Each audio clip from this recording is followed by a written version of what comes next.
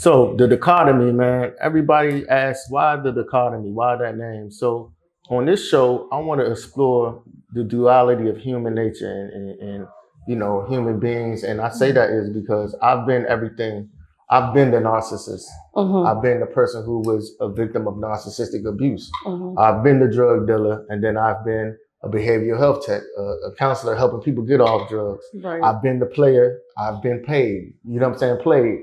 I've been the winner. I've been the loser. So we all embody light, dark, evil, good, highs and lows. And that's just the human aspect of human nature. And on the dichotomy, we're going to explore the duality of human nature and people and situations, because I feel like in the age of social media, everything is so image driven.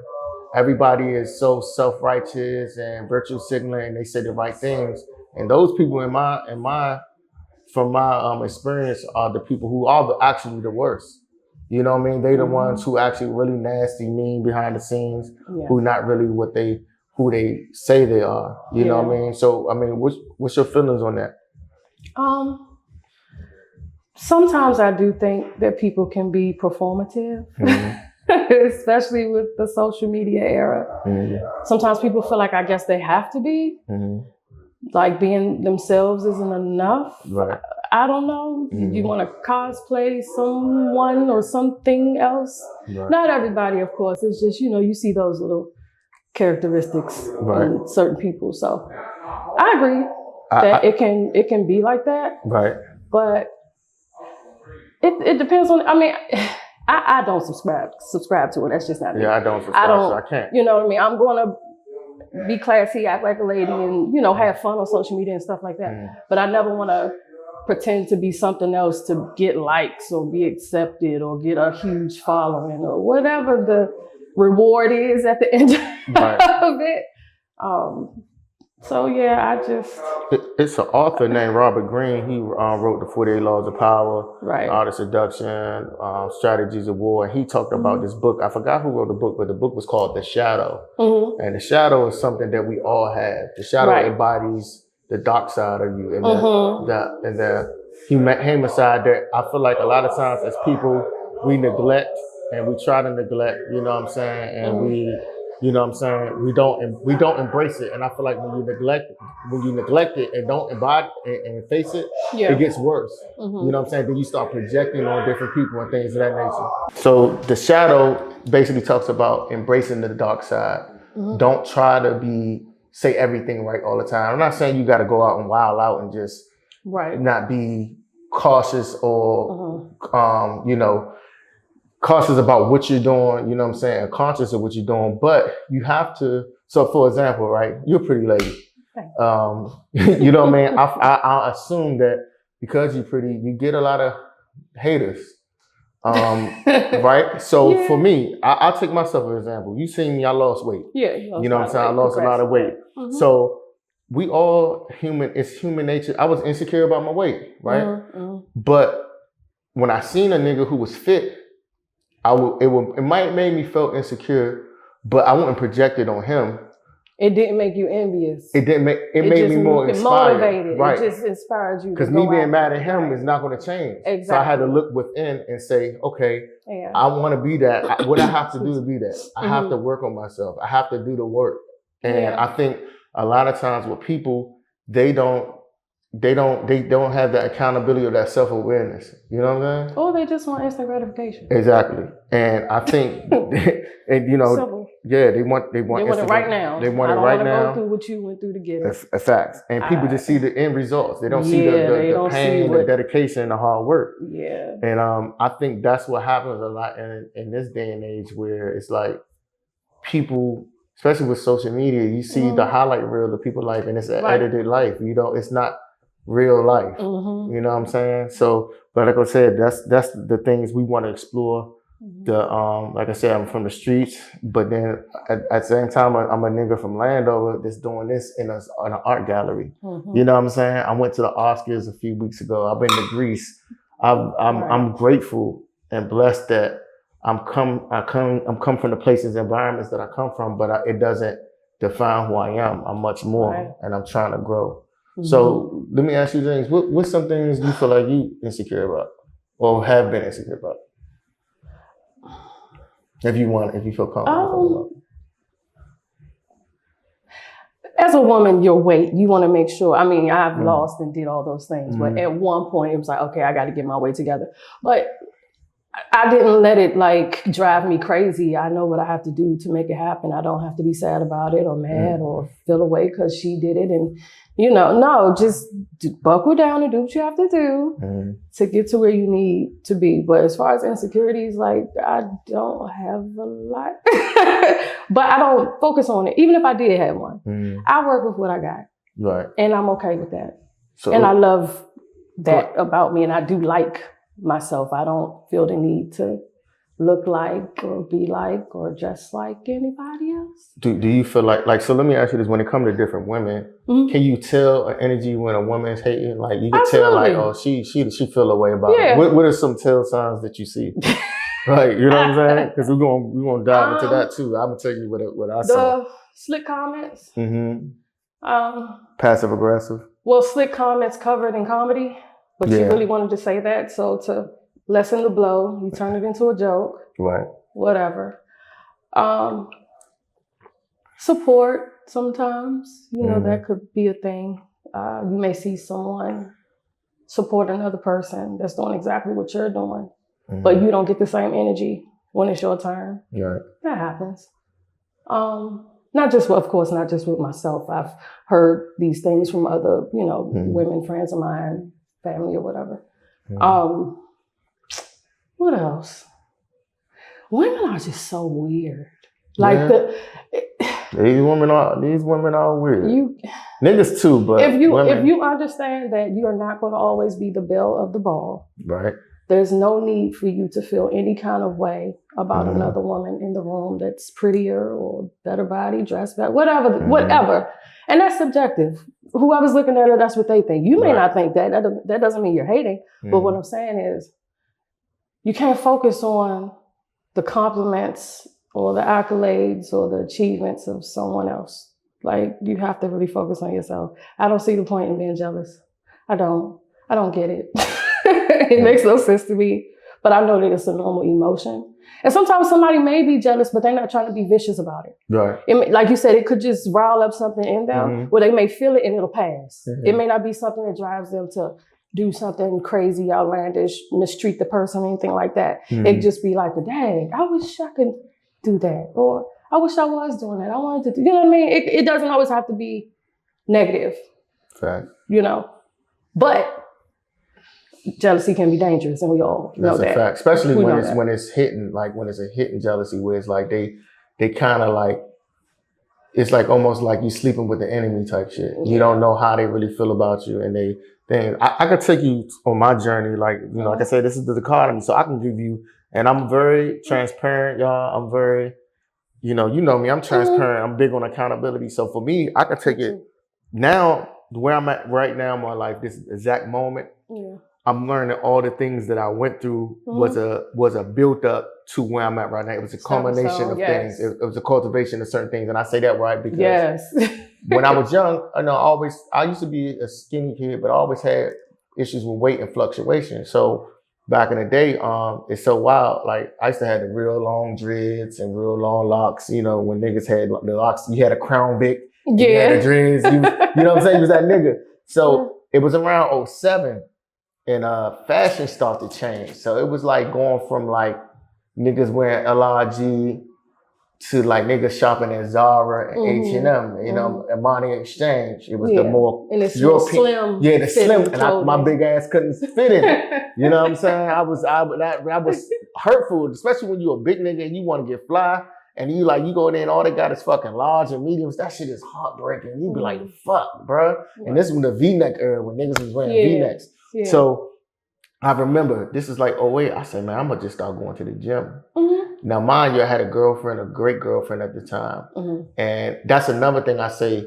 It's always to be morally inclined and have morals when you don't have options. Yeah. Because when you don't have options, of course you're gonna behave. It's like a nigga who's a person who's a broke person. They broke, so of course they're gonna act accordingly and go by society rules. But let them get 20 million. Let's see how they act. Right. When a person gets successful and get up, that's the real testament of how morally inclined they are. That's true. And I say that to say what happened was when I was with a girl who was with me when I was heavier. Well, I didn't really have a lot of money, but when I started losing that weight. Getting that attention, getting a little bit of money, I lost my fucking mind. I really did. I started mistreating her because it was like I liked her, and that's another thing. I thought you could do better. It was like subconsciously I didn't know that even existed, but it was like I was getting attention that I wasn't used to. I was getting the looks from girls that I wasn't used to. I wasn't put in the box, so it was like the options was overwhelming, and also it was just like. It was almost like I never felt that empowerment of like, damn, like I'm that nigga. Okay. And it was like a false confidence, but it felt real. And the reason I say so I went through that. And then like I was just out of control, narcissistic, thought I was the shit. But it's always somebody that's better. It's always a nigga. And then I ran into a girl who humbled me. She humbled it, okay. She played the shit I did to this shorty. She played the fuck out of me. And that shit hurt. And it made me realize the karma does come back. The karma, man. And I realized. May not be exactly how you put it out, but it's coming. And I realized. But you got it back exactly. And then I went through periods where it was like highs and lows where I was up. And I was down and I was up. Then, my accident I went through. And then I went to another incident a year before that where I got locked up. Yeah. So now it's like I needed these things. Because you probably could see the change in me after the accident. Yeah. You know what I'm saying? Just the hunger and the goal. And I needed that to get to the baseline of where I'm at now. Meaning like, for now, it's like, I lost weight. So I'm getting a lot of attention and women liking me. But it's not, I don't care about the external validation. Right. I'm me doing this right now, what I'm doing, me chasing my goal is enough validation for me to feel good. Yeah. Where I'm not,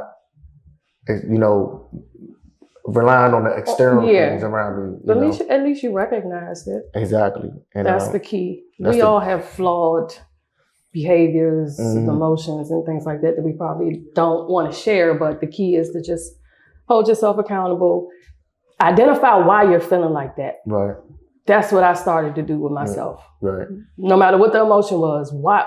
Once you identify the why, you kind of like, okay, let's go ahead and let that go. You know what I mean? So that was good. Did you ever have a narcissistic city girl type era?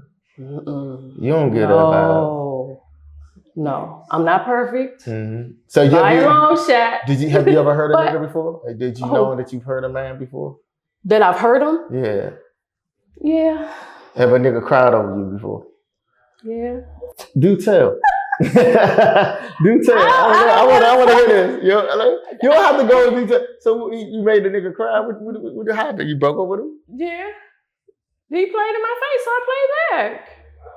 What does playing back consist of?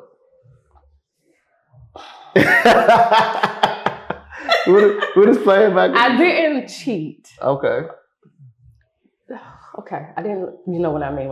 Nothing physical. Women, y'all break up with niggas. It's April, right? Yes. Y'all will break up with a nigga in December in your mind. In our heads, and he's thinking everything is all good, and y'all in a good space. And then when you get close to the other nigga, you transition. Yeah. And you bombard him with, I got a new nigga. No, that could happen. No, he was just thinking that he was all this and that and doing what he wanted to do. I heard a little something, so I went on and did a little something, and that was that. Okay. But I didn't do like the do. That wasn't that. You just go out with someone else and then, I got tired and I just broke up with him because don't play with me. So let me ask you this. And it's not, I'm trying to personally attack your woman. Why does it feel like when it comes to accountability, it's hard for women to take accountability? Because we don't like to be wrong. Yeah. It's shameful. It feels like, so instead of just owning that and sitting in that, we rebel. And I feel like it makes it worse because I'm really a really objective and fair person. I understand human nature. I understand we all have fuck ups and we all mess up. So I'm not this nigga that's gonna get irate. At one point when I was young and immature, I would lose it and get mad. But then I done fucked up. But I'd rather you be transparent And especially if you caught and you lying, I think deflecting, defending it, trying to manipulate is more disrespectful and more harmful. But that's just panic mode. You wrong. Yeah. You feel like a piece of sugar on you think it's the shame. And you're just ashamed of yourself. You just want to get out that moment. Right. Now, listen, some people, they don't care. Yeah. But I'm just saying from what I've learned, even about myself, because of course I had to grow out of thinking that I'm always right or whatever. In my younger years, you want to argue. I don't do all those things. Yeah. I don't have any problem. This goes for relationships, friendships, family, whomever. Right. If I'm wrong, I'm going to say, okay, I apologize, or I didn't mean any harm. Even if I don't think that you should feel like that, you have a right to your feelings, and I have to acknowledge your feelings. Right. I don't dictate or govern how you are going to respond to whatever it is I did or whatever you think that's another I did. Not to cut you off, that's another thing. My issue with certain women is like, feelings does not mean they're facts. Yeah. You know what I'm saying? Like you can feel a certain way, but if I'm giving you you got to be logical. Yeah. So you know, I agree with that. We talked about an issue, an incident. I want to go deep and dive and take some parts of my personal life, what I'm going through now over the past. Okay. It's been going on for a few months, and then if you want to, so I wrote it down. So I made this a Facebook post, y'all. So and I said, you ever walk into a room and you feel the energy before a word is even said? Yeah, that's not in your head. That's hierarchy. That's alliances. That's unspoken agreements about who matters and who doesn't. So let's talk about it. It's a herd mentality. It's a groupthink mentality. The quiet pressure to conform, even when everybody knows something is not right, but nobody says anything because saying it will cost your seat at the table. Cliques don't form around truth. They form around comfort, around shared narratives, shared enemies, shared illusions. And the moment you challenge that illusion, you don't get corrected. You get isolated. Now, here's where it gets dangerous, right? The fake niceness, the fake warmth, that hey friend energy with no real loyalty behind it. They smile in your face, but group chats is behind your back. Support you in public, but silence when it actually matters. That's not kindness, that's branding. And let's get it to, a word people don't like to say out loud is triangulation. That's when somebody doesn't come to you directly, they go through somebody else. They tell your business sideways, they build narratives without you in the room. They create distance while pretending they want peace. So now it's not just you and them, it's you versus a perception. And that perception will spread faster than the truth ever will. So let's bring it close, because this ain't just about strangers. This is about groups of friends. This is about family, same blood, different loyalty. You ever notice how in certain circles, bad behavior gets protected, not corrected, right? It gets protected. So somebody lies, their response, man, that's just how they are. Or somebody disrespects you, don't take it personal. Somebody crosses the line, let's not make a big deal about it. But the moment you react, you're the problem. Now you're doing too much. Now you starting drama. And that's how toxic systems survive, not through strength, but through enabling. And everybody plays their role. The instigator, the messenger, the peacekeeper, the one who knows the truth but stays quiet. And that system stays intact because nobody wants to break it. You know what I mean? So with that being said, can you relate to that? Yes, I can. You want to indulge? You can. You can keep it brief. You can keep it brief. I'm not a clicked up type of lady. No. So I don't care about all of that nonsense. I can walk in a room and feel the energy shift, but I'll go the other way. I don't need to engage. I don't need to force anything. If it's something that needs to be talked about, we're adults. It'll be talked about. Right. But if it's not necessary, then it's not necessary. Right. I think I'm a loner by nature, honestly. Don't get me wrong, I have friends, different friends here and there, but not like a huge group of ladies that I'm just always with, I really, as I've grown up, as a little girl, as a teenager, as a woman, you go through different things with girls. And I think I'm just one of the people who I'm willing to walk alone if it's going to cost me my respect. Right. Like, I don't want to be liked that much that I'm going to make myself uncomfortable just to fit with in. Your behavior just to fit in. Right. I'm not doing that. Yeah, exactly. It doesn't have to be a beef. It doesn't have to be, we at each other. I just can't deal with certain energy. And I think I have a right to do that. That's a fact. Just like you thought you had the right to act like that with me. So, and you're right, sometimes people perpetuate the BS. Nobody steps in it. Not no one. I don't want to say no one. But not often someone will step in and say, hey, like, come on now, this is ridiculous. Sometimes people just, want to have a little kiki and laugh and da-da-da, whatever. But ultimately, it's really just up to you. I just focus on what I can control, and that's it. You don't like me, okay. What do we do from there? Like I could just, like I said, you have every right to whatever your feelings are, even if I don't agree with it. Right, I don't agree with that. But if I know I have not done anything to you, and you just have a feeling towards me, then that's a you problem. That's not a me problem. But I've had that happen before. Oh, I thought you was stuck up. You're so cool. Why did you think for that? the people out there, don't let the prettiness and the dashing looks. She's really silly as hell. She be laughing at the most inappropriate shit. And you wouldn't think it because looking at her, you'd be like, but she be with the shits whole time. Oh my gosh. Especially the wild shit I be posting. Yes, you be like, she be with it. You know what I'm saying? So that's another thing, judging the book by its cover. Because you looking at her, you think, oh, she prissy. Nah, she be with when it comes to humor, she got a sharp sense of humor. You know what I'm saying? I love to laugh. I'm sorry. I'm going to laugh. She has a sharp sense of humor. So don't get fooled by the Hollywood looks and shit. You know what I'm saying? You know what I'm saying? The 90s, you 90s fine. Oh, 90s fine today. Yeah. Okay. I was hoping so. So I'm going to say this to say, right? So, I shared a situation when I went through personally. Yeah. And it's such a challenging situation. It makes me upset because it's black. It's like we acting like niggas, man. Mm-hmm. You know what I'm saying? I'm trying so hard not to be a nigga. Like I'm really trying to be a good, decent black man. You know what I'm saying? And it's like, so the situation, I'm going to address it. You know what I'm saying? And the reason I'm addressing it because a lot of things was weaponized against me. A lot of things were said untrue. Mm-hmm. And it's really disheartening when it comes from people you thought were your friends or people you love and had genuine love for. But again, the group think. A lot of times people think because they're family or because they're friends that this is the thing I want people to understand. Enabling bad behavior is not being loyal.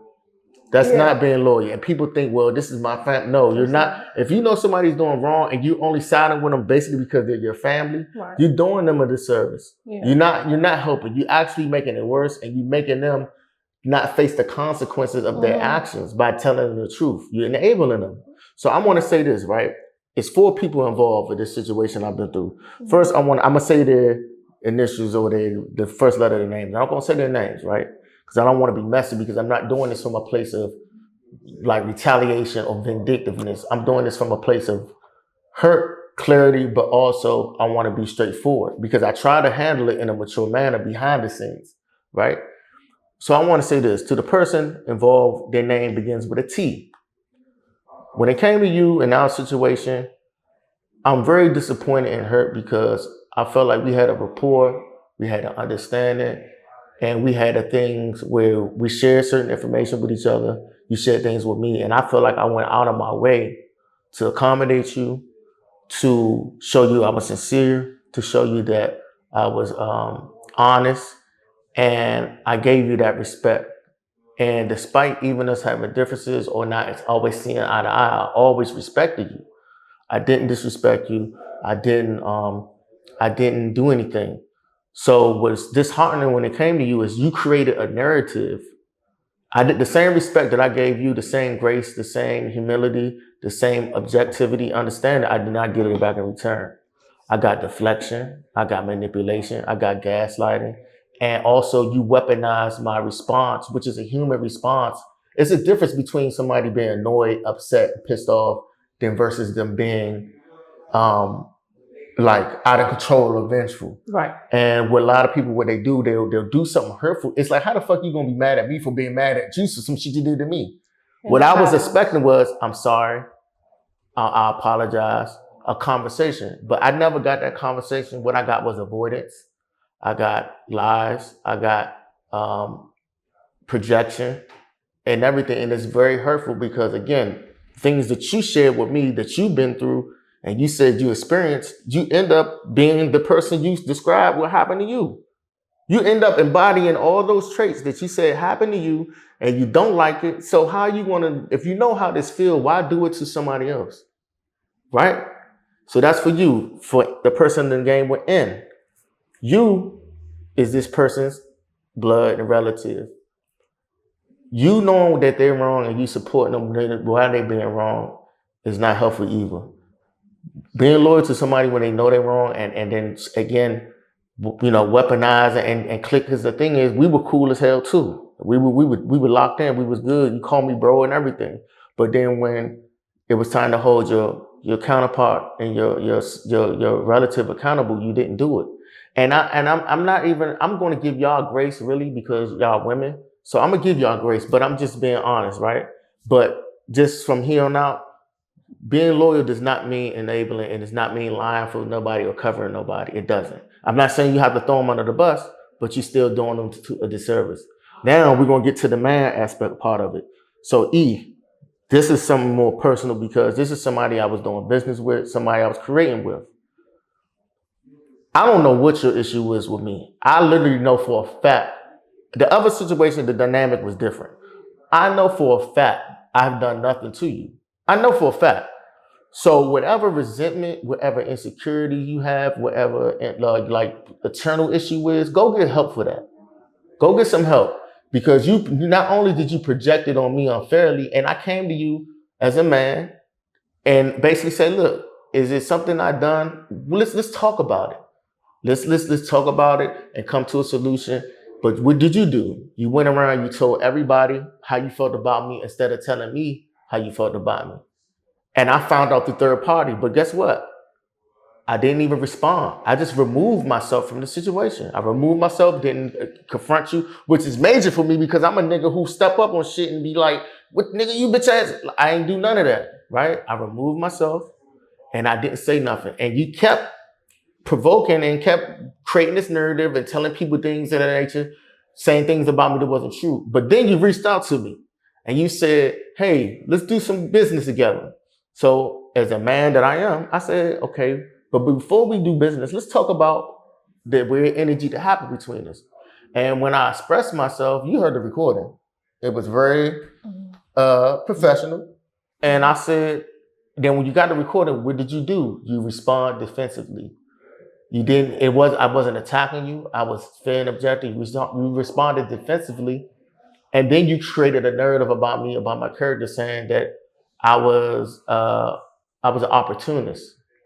And then when I asked you, well, how was an opportunist? You could never really give me an answer because it was bullshit.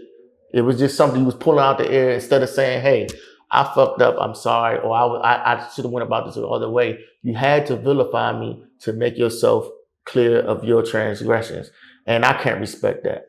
You know what I'm saying? Especially coming from a man, an adult man. And you still, after we had a conversation, you still went around talking to other people when I confronted you one-on-one and still triangulating people in business. We men, we should be able to have a conflict. Even if we have a physical altercation, we should be able to handle that shit and shake hands afterwards. You getting all these people involved, and these people is doing nothing but making it more messy and dramatic.